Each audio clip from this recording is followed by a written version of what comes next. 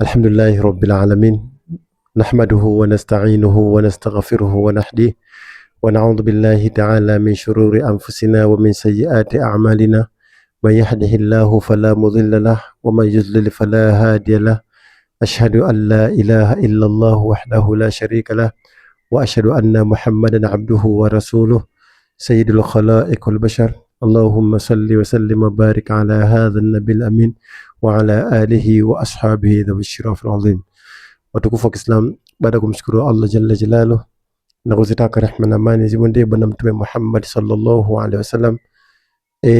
Katika siku ya jana kuna mmoja aliuliza swali katika comment hapo chini kwamba shekhe, hebu tupe faida ya dua ya Yasin al-Bahar, kwa sababu watu wengi sana anasikia wanaelezea faida zake lakini hakuelezea kiundani.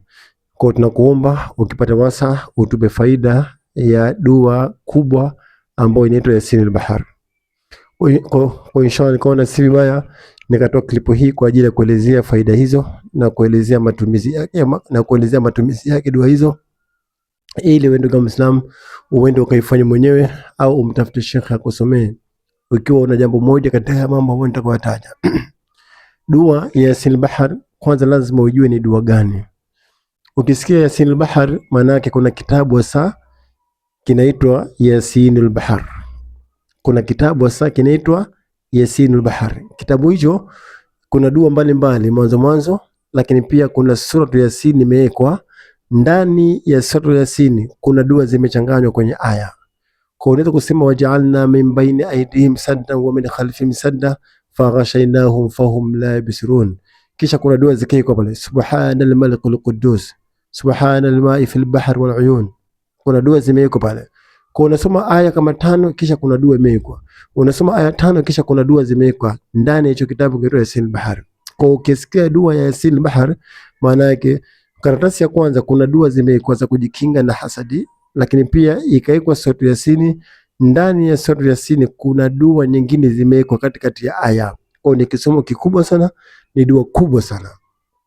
Kwa ukisikia dua ya Yasin al-Bahar, maana yake kujua ni dua kubwa sana.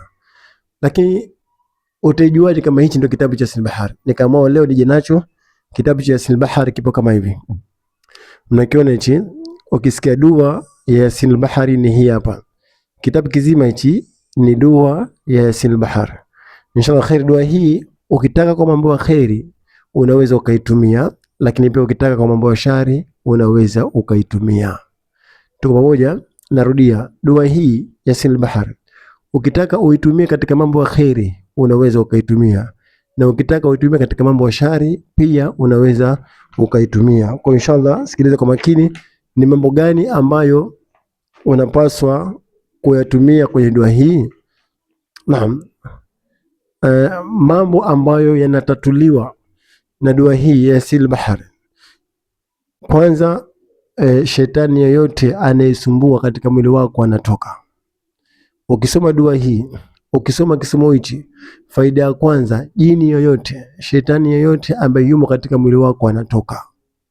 Faida ya pili, sawa, jini yoyote anayekusumbua pia naye anatoka. Faida ya tatu, inaondosha nuksi, inaondosha mikosi katika maisha. Kama una nuksi, kama una mikosi, sawa, ukisoma dua ya Yasin al-Bahar hii mwanzo mpaka mwisho, basi nuksi, mikosi yote yanaondoka. Lakini pia huondoa nuksi mbalimbali, lakini pia na husababisha mtu kupata kazi. Sawa, dua hii pia inasababisha wewe upate kazi. Kama ushahangaika sana kazi hujapata, basi ukisoma dua hii pia unapata kazi. Lakini pia inaondosha mitihani ya maisha, sawa, kazini, nyumbani na kwenye ndoa. Ikiwa kazini kwako kuna mitihani, ikiwa ndoa yako kuna mitihani, ikiwa nyumbani kwako kuna mitihani, basi dua hii ya Yasin al-Bahar pia inaondosha mambo hayo. Lakini pia ikiwa mtu anasumbuliwa na wachawi na uchawi usiku, ikiwa wanga usiku wanakusumbua, wachawi wanakusumbua usiku, ukisoma dua hii pia inaondosha tatizo hilo, hawatakusumbua tena wanga na wachawi. Lakini pia huvunja kesi yote ile mahakamani. Mtu aliyekuwa na kesi yoyote mahakamani, ukimsomea dua hii ya Yasin al-Bahar, ukifuata utaratibu nitakaokupa hapo baadaye, basi inshallah kesi hiyo inavunjwa mahakamani. Tayeb. Tuko pamoja hiyo. Lakini pia humrudisha pia humhamisha adui mtaani. Ikiwa una maadui wengi katika mtaa wako wanakupiga vita, basi pia ukisoma dua hii inahamisha maadui wako katika mtaa wako. Lakini pia hufunga nyumba, sawa, mtaa, kijiji au mji. Dua hii pia inafunga nyumba, inafunga mtaa, inafunga kijiji, inafunga mji ukisoma dua hii. Sawa, lakini pia ukishafunga mji, mtaa, anasema kusuluhisha ndoa au ugomvi uliotokea baina mke na mume.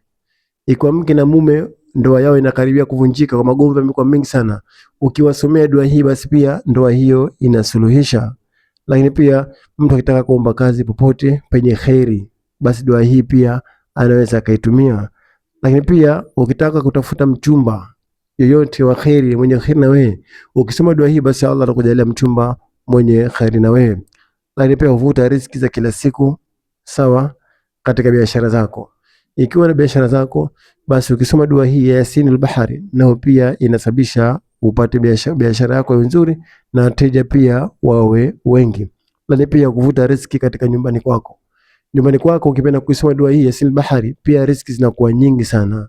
Hufungua vifungo vyote ambao umefungwa katika mwili wako. Kama una vifungo vyote katika mwili wako, basi ukisoma dua hii pia inafungua vifungo. Lakini pia hubadilisha sihiri zote zile. Kama una uchawi katika mwili wako, basi ukisoma dua hii basi pia uchawi huo utabadilika. Lakini pia huondoa shetani wa asili. Iko mtu ana mashetani ya asili, ana majini wa asili, basi ukisoma dua hii ya Yasinul Bahari, sawa, basi mashetani hao wanaondoka wote.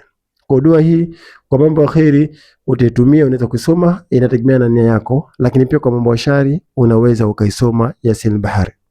Lakini sasa kabla hujasoma dua hii, hakikisha unaandaa vitu hivi vifuatavyo. Yani kabla hujaanza kusoma kisomo hichi, hakikisha unapata vitu hivi vifuatavyo. Usije ukasoma dua hii kama hujapata vitu hivi, huwezi kufanikiwa. Narudia, usije ukasoma dua hii ikiwa hujapata vitu hivi, hutoweza kufanikiwa. Sawa? Ikiwa unaomba jambo la kheri, sawa? Ikiwa unaomba jambo la kheri, nenda katika duka la madawa kisunna, mwambie akupe udi, sawa? Kisha akupe uvumba, kisha akupe ubani mweusi, kisha akupe ubani mweupe, kisha utachinja na kuku mweupe, au kama una uwezo utachinja mbuzi.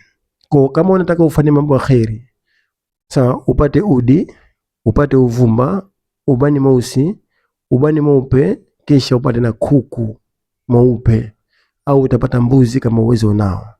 Kwa zile bukhuri ukishazichanganya hizi zote, ubani mweupe, ubani mweusi, udi, uvumba, ukishachanganya, unachukua chitizo chako, unatia nia, unachoma pale kama ya Rabbi, na nasoma kisomo hichi, nasoma dua hii kwa ajili ya jambo fulani. Kama jambo la kheri utatumia vitu hivyo. Tuko pamoja? Lakini kama ni jambo la shari, utachukua ubani, uvumba, ubani kuzbara, sawa? Kibiriti, utachukua ubani kuzbara, halititi, kibiriti upele, lakini pia utachukua na kuku mwenye rangi mchanganyiko. Sawa? Narudia, kama ni mambo ya shari, unataka uangamize kijiji, uangamize wanga, wachawi, basi chukua ubani, uvumba, sawa, ubani kuzbara, halititi, kibiriti upele, na uchukue kuku mwenye rangi mchanganyiko. Hii ni katika kutatua katika mambo yale ya shari. Kwa ukitumia mambo ya kheri utatumia ile ya mwanzo, lakini kama mambo ya shari basi utatumia hii njia ya pili. Kisha mwisho utachinja kuku ambaye ana mchanganyiko wa rangi, au utachinja mbuzi kama uwezo huo utakuwa nao. Kwa Yasinul Bahari ni dua kubwa sana ambao mambo ya kheri unatumia, lakini pia mambo ya shari pia unaweza ukatumia na Mwenyezi Mungu akakujibu. Lakini hakikisha unakipata kitabu hichi cha Yasinul Bahari. Ikiwa una mambo yako ya kheri, basi unaweza kutumia kwa njia hiyo, lakini kama una mambo yako ya shari pia unaweza kutumia njia hiyo. Kwa nafikiri wale watu ambao wanataka kuelezewa dua ya Yasinul Bahari na faida gani, faida zake ni hizo na kitabu ni hichi hapa. Kwa moja, hakikisha kabla kusoma dua hii unapata mambo hayo kwanza ili ufanikiwe katika dua yako. Kwa tumombe Allah tufanye pesi, na hii ndio Sil Bahar, na Mwenyezi Mungu atakufanyia pesi inshallah. Wassalamu alaikum wa rahmatullahi wa barakatuh.